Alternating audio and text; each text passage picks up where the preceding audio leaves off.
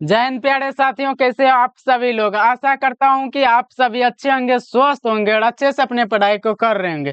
तो आज की क्लास में हम लोग पढ़ने वाले हैं क्लास 12 हिंदी की चैप्टर 2, जिसका नाम है कि उसने कहा था। इससे बनने वाले जितने भी प्रश्न होंगे इस क्लास में हम लोग कवर करने वाले हैं। तो सभी स्टूडेंट इस क्लास में अंत तक बने रहिएगा। तो चलिए शुरू करते हैं इस क्लास को। और इस क्लास का अपना पहला प्रश्न है कि उसने कहा था शीर्षक पाठ क्या है। क्या है प्रश्न? कि उसने कहा था शीर्षक पाठ क्या है। तो उसने कहा था शीर्षक पाठ जो ये आपका कहानी है। क्या दोस्त? कहानी। तो आपका 1 नंबर का जो करेक्ट आंसर है वो ऑप्शन सी हो जाएगा। और आपका नेक्स्ट प्रश्न है, उसने कहा था कहानी। क्या है प्रश्न? उसने कहा था कहानी के कहानीकार कौन है। तो उसने कहा था कहानी के जो कहानीकार है वो आपका चंद्र शर्मा गुलेरी जी है। कौन है? चंद्र शर्मा गुलेरी जी। यानी आपका 2 नंबर का करेक्ट आंसर भी ऑप्शन सी ही हो जाएगा। और आपका 3 नंबर का प्रश्न है कि चंद्र शर्मा गुलेरी का जन्म कब हुआ। किनका दोस्त? चंद्र शर्मा गुलेरी जी का जन्म जो हुआ ये आपका हुआ 7 जुलाई 1883 को। कब? 7 जुलाई 1883 को। यानी आपका 3 नंबर का करेक्ट आंसर ऑप्शन ए हो जाएगा। और आपका 4 नंबर का प्रश्न है कि चंद्र शर्मा गुलेरी का जन्म स्थान कहाँ है। तो चंद्र शर्मा गुलेरी जी का जन्म स्थान जो है आपका जयपुर राजस्थान में। किस जगह? जयपुर राजस्थान में। यानी आपका 4 नंबर का करेक्ट आंसर ऑप्शन बी हो जाएगा। और आपका 5 नंबर का प्रश्न है कि चंद्र शर्मा गुलेरी का मूल निवास कहाँ है। तो चंद्र शर्मा गुलेरी जी का मूल निवास जो आपका गुलेर कांगड़ा हिमाचल प्रदेश में। किस जगह? गुलेर कांगड़ा हिमाचल प्रदेश में। तो आपका 5 नंबर का करेक्ट आंसर ऑप्शन बी हो जाएगा।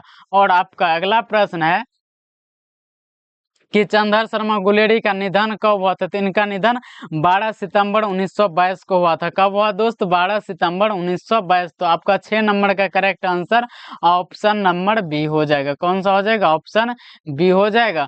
और आपका 7 नंबर का प्रश्न है कि उसने कहा था कहानी का प्रकाशन वर्ष है। तो उसने कहा था कहानी जो यह कब प्रकाशित हुआ। तो सन 1915 में प्रकाशित हुआ। कब हुआ दोस्त? सन 1915 में। और उसने कहा था कहानी के अलावा जो इनकी चंद्र शर्मा गुलेरी जी की जो कहानी है वो है आपका सुखमय जीवन। क्या है दोस्त?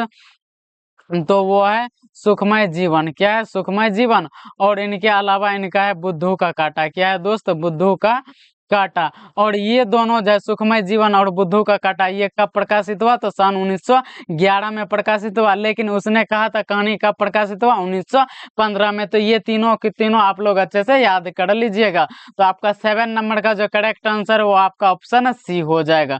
और आपका नेक्स्ट प्रश्न है कि कछुआ धर्म। क्या है प्रश्न? कछुआ धर्म किसकी कृति है। तो ये जो कछुआ धर्म है ये आपका चंद्र शर्मा गुलेरी जी की ही कृति है। किनकी दोस्त? चंद्र शर्मा गुलेरी जी की। तो आपका 8 नंबर का करेक्ट आंसर ऑप्शन बी हो जाएगा। और आपका 9 नंबर का प्रश्न है कि पुरानी हिंदी। क्या है प्रश्न? पुरानी हिंदी के रचनाकार कौन है। तो इनके भी रचनाकार आपका चंद्र शर्मा गुलेरी जी ही है। कौन? चंद्र शर्मा गुलेरी जी। किनकी? तो पुरानी हिंदी की। तो आपका 9 नंबर का जो करेक्ट आंसर है वो ऑप्शन सी हो जाएगा। और आपका 10 नंबर का प्रश्न है, उसने कहा था कहानी। क्या है प्रश्न? उसने कहा था कहानी है। कैसा कहानी है? युद्ध की कहानी, दिव्य प्रेम की कहानी, या फिर प्रेम पर बलिदान होने की कहानी। तो ये जो कहानी है युद्ध की भी कहानी है, दिव्य प्रेम की भी कहानी और प्रेम पर बलिदान होने की भी कहानी है। तो यानी आपका ऑप्शन डी हो जाना चाहिए, यानी इनमें से सभी। तो आपका 10 नंबर का जो करेक्ट आंसर है वो आपका ऑप्शन डी हो जाएगा। और आपका नेक्स्ट प्रश्न है कि निम्न में से कौन सी रचना। क्या है प्रश्न? निम्न में से कौन सी रचना चंद्र शर्मा गुलेरी जी की नहीं है। इनमें से कौन नहीं है वो बताना। अभी जस्ट हम लोगों ने पिछले क्वेश्चन में ही पढ़ा कि उसने कहा था ये भी चंद्र शर्मा गुलेरी जी की है, बुद्धू का कांटा, और उसने कहा था ये भी है। तो आपका कौन सा गलत हो जाएगा? रेणुका। यानी कि गुलेरी जी की कौन सी रचना नहीं है। तो वो रेणुका नहीं है। तो आपका 11 नहीं वाला पूछा, यस। तो आपका 11 नंबर का करेक्ट आंसर ऑप्शन डी हो जाएगा। और आपका नेक्स्ट प्रश्न है कि चंद्र शर्मा गुलेरी ने कुल कितनी कहानियां लिखी है? तो ये कहानियां टोटल इनकी सिर्फ और सिर्फ 3 है। कितना है दोस्त? सिर्फ और सिर्फ 3। वो तीनों कौन कौन? उसने कहा था, बुद्धू का काटा और सुखमय जीवन, जो कि अभी जस्ट हम लोगों ने पिछले ही क्वेश्चंस में पढ़ा। उसने कहा था सुखमय जीवन और बुद्धू का काटा। ये तीनों तीनों किनकी है? चंदा शर्मा गुलेरी जी के। तो आपका 12 नंबर का करेक्ट आंसर ऑप्शन बी हो जाएगा। और आपका नेक्स्ट प्रश्न है कि उसने कहा था कहानी, क्या प्रश्न? उसने कहा था कहानी में किस युद्ध का उल्लेख है? तो उसने कहा था कहानी में प्रथम विश्व का उल्लेख है। किस युद्ध का दोस्त? तो प्रथम विश्व युद्ध का। तो और प्रथम विश्व युद्ध कब से कब तक चला था? तो 1914 से 1918 तक। कब तक? 1914 से 1918 तक। और द्वितीय विश्व युद्ध जो है, यह आपका 1939 से लेकर के 1945 तक चला था। कब चला था? 1939 से लेकर के 1945 तक। ये दोनों भी आप लोग अच्छे से याद रखिएगा। तो आपका 13 नंबर का करेक्ट आंसर ऑप्शन ए हो जाएगा। क्या हो जाएगा? ऑप्शन ए हो जाएगा। और आपका नेक्स्ट प्रश्न है कि उसने कहा था कहानी कितने भागों में विभक्त है? तो उसने कहा था कहानी 5 भागों में। कितने भागों में? 5 भागों में बांटा गया था। तो आपका 14 नंबर का करेक्ट आंसर ऑप्शन डी हो जाएगा। क्या हो जाएगा? ऑप्शन डी हो जाएगा। और आपका 15 नंबर का प्रश्न है कि उसने कहा था शीर्षक कहानी में पहलू राम कौन था? तो पहलू राम जो था वो डाक बाबू था। क्या था? डाक बाबू। यानी आपका 15 नंबर का करेक्ट आंसर ऑप्शन बी हो जाएगा। और आपका नेक्स्ट प्रश्न है, नेक्स्ट प्रश्न ये है कि देखते नहीं ये रेशम से गढ़ा हुआ सालू, यह पंक्ति किस शीर्षक कहानी की है? तो ये उसने कहा था कहानी की है। किसकी? उसने कहा था कहानी की। तो आपका 16 नंबर का करेक्ट आंसर ऑप्शन सी हो जाएगा। क्या हो जाएगा? Option C. और आपका नेक्स्ट प्रश्न है कि उसने कहा था कहानी का नायक कौन है? तो वो आपका कौन है? लहना सिंह जी है। कौन है दोस्तों? लहना सिंह जी। तो आपका 17 नंबर का करेक्ट आंसर ऑप्शन ए हो जाएगा। क्या हो जाएगा? ऑप्शन ए हो जाएगा। और आपका 18 नंबर का प्रश्न है कि उसने कहा चंदा शर्मा गुलेरी किस सदी के प्रमुख लेखक थे? तो चंदा शर्मा आपका 20वीं सदी। किस सदी के? 20वीं सदी। तो आपका 18 नंबर का करेक्ट आंसर ऑप्शन डी हो जाएगा। क्या हो जाएगा? Option D. और आपका 19 नंबर का प्रश्न है कि बुद्धू का काटा रचना है, ये आपका किनका है? तो चंदा शर्मा गुलेरी जी का। किनका है? चंदा शर्मा गुलेरी जी का। और उसने कहा ये बुद्धू का काटा कब प्रकाशित हुआ? यह आपका 1911 में, जो कि इससे पहले हम लोग याद कर चुके हैं। कब प्रकाशित हुआ? ये 1911 में। तो आपका 19 नंबर का करेक्ट आंसर ऑप्शन बी हो जाएगा। क्या हो जाएगा? Option B. और आपका 20 नंबर का प्रश्न है कि तेरी कुड़माई होगी। क्या प्रश्न? तेरी कुड़माई हो गई का संबंध किस कहानी से है? तो उसने कहा था कहानी से। किस कहानी से दोस्त? उसने कहा था कहानी से। और लहना सिंह जो था, ये लड़की से बार बार यही प्रश्न पूछते थे कि तेरी कुड़माई हो गई, और लड़की अक्सर उनको जवाब देती थी कि धत। क्या जवाब देती थी? धत। ये भी बहुत ही इंपॉर्टेंट है, आपके बोर्ड एग्जाम में इस तरह के क्वेश्चंस बार बार पूछे जाते हैं कि लहना सिंह जब लड़की से पूछती थी कि तेरी कुड़माई होगी, तो लड़की क्या जवाब देती थी? केवल और केवल धत। तो ये भी आप लोग अच्छे से याद रखिएगा। तो आपका 20 नंबर का करेक्ट आंसर क्या हो जाएगा? ऑप्शन ए हो जाएगा। और आपका नेक्स्ट प्रश्न है कि सूबेदार ने, क्या है प्रश्न? सूबेदार ने किस कहानी की पात्रा है? तो सूबेदार ने, उसने कहा था कहानी की ही पात्रा है। तो आपका 21 नंबर का करेक्ट आंसर ऑप्शन बी हो जाएगा। क्या हो जाएगा? ऑप्शन बी हो जाएगा। और आपका 22 नंबर का प्रश्न है कि बोधा सिंह के पिता का क्या नाम था? तो बोधा सिंह जी के पिता का नाम हजारा सिंह था। क्या था दोस्त?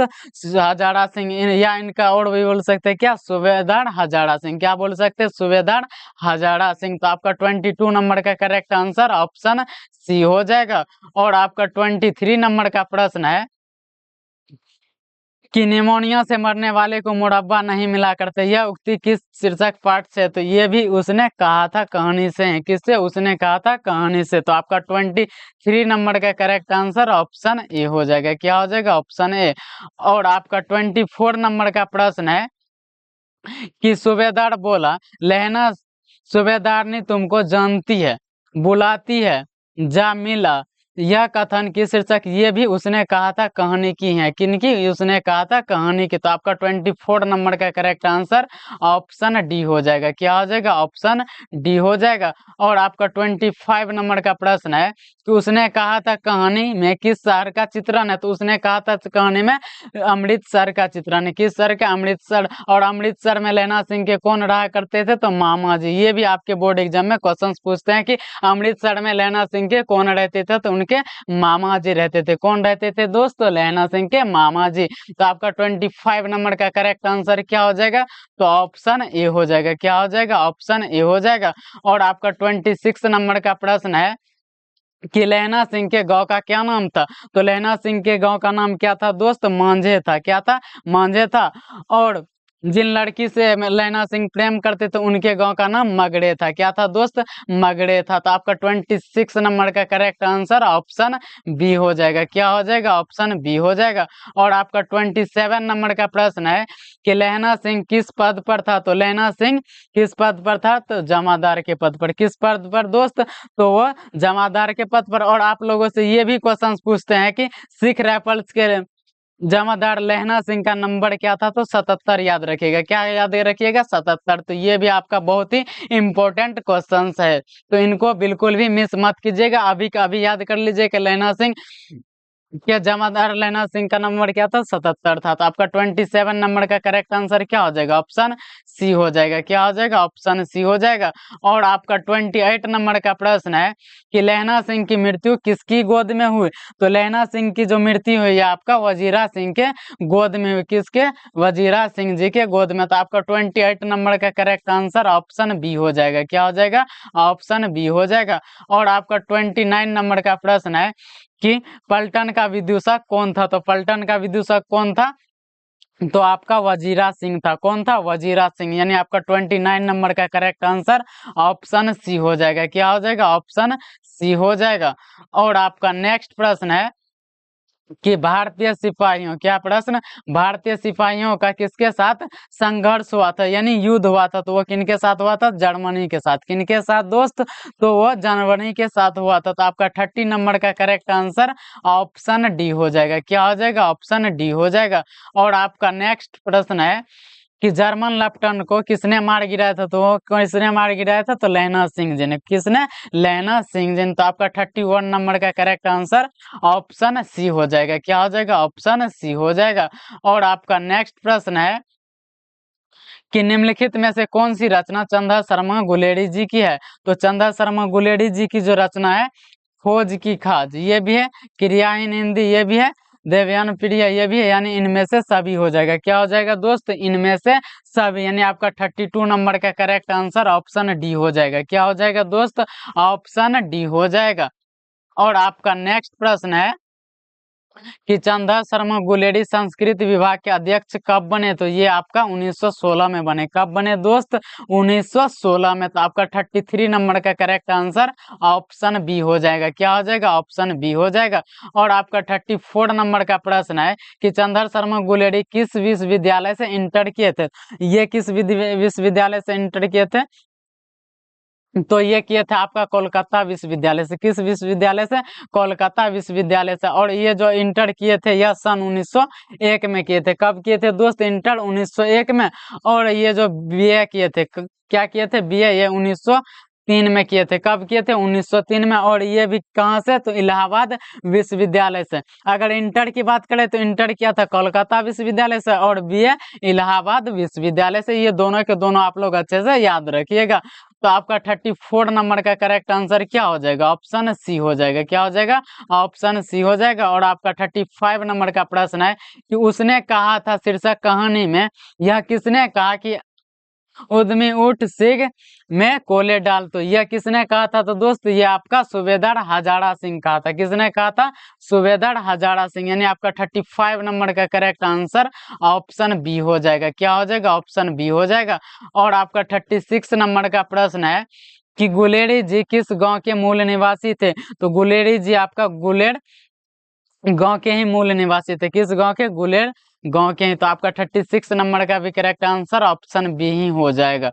और आपका नेक्स्ट प्रश्न है कि चंदा शर्मा गुलेरी किस युग के कहानीकार है। तो चंदा शर्मा गुलेरी द्विवेदी युग के कहानीकार है। किस युग के?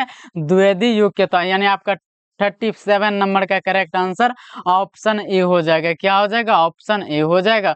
और आपका 38 नंबर का प्रश्न है कि उसने कहा था किस प्रकार की कहानी है। तो उसने कहा था कहानी या कर्म प्रधान कहानी है। कौन सा है कहानी? कर्म प्रधान कहानी। यानी आपका 38 नंबर का करेक्ट आंसर ऑप्शन बी हो जाएगा। और आपका 39 नंबर का प्रश्न है कि चंदा शर्मा गुलेरी किसके अभिभावक बनकर मैयो कॉलेज अजमेर में आ गए। तो यह किनके अभिभावक बनकर आए? तो खेतरी के नाबालिग राजा जयसिंह के अभिभावक बनकर। किनके? राजा जयसिंह के अभिभावक बनकर। यानी आपका 39 नंबर का जो करेक्ट आंसर है वो आपका ऑप्शन सी हो जाएगा। क्या हो जाएगा? ऑप्शन सी हो जाएगा। और इस क्लास का लास्ट प्रश्न है कि सूबेदारनी ने अपने पति एवं पुत्र की रक्षा के लिए किससे कहा। तो ये किससे कहा दोस्त? ये आपका लहना सिंह से कहा। किससे? लहना सिंह से। यानी सूबेदारनी जिससे प्रेम करते थे, तो किससे प्रेम करते थे? तो वो करते थे आपका लहना सिंह से। किससे दोस्त? तो लहना सिंह जी से। तो आपका 40 नंबर का यानी इस लास्ट प्रश्न का सही जवाब क्या हो जाएगा? ऑप्शन बी हो जाएगा। क्या हो जाएगा? ऑप्शन बी हो जाएगा। तो अगर आप सभी को यह क्लास अच्छी लगी हो तो इस क्लास को लाइक और सब्सक्राइब जरूर कीजिएगा। मिलते हैं इसी तरह के एक और बेहतरीन क्लास के साथ। तो आज के लिए इतना ही। जय हिंद, जय भारत प्यारे साथियों।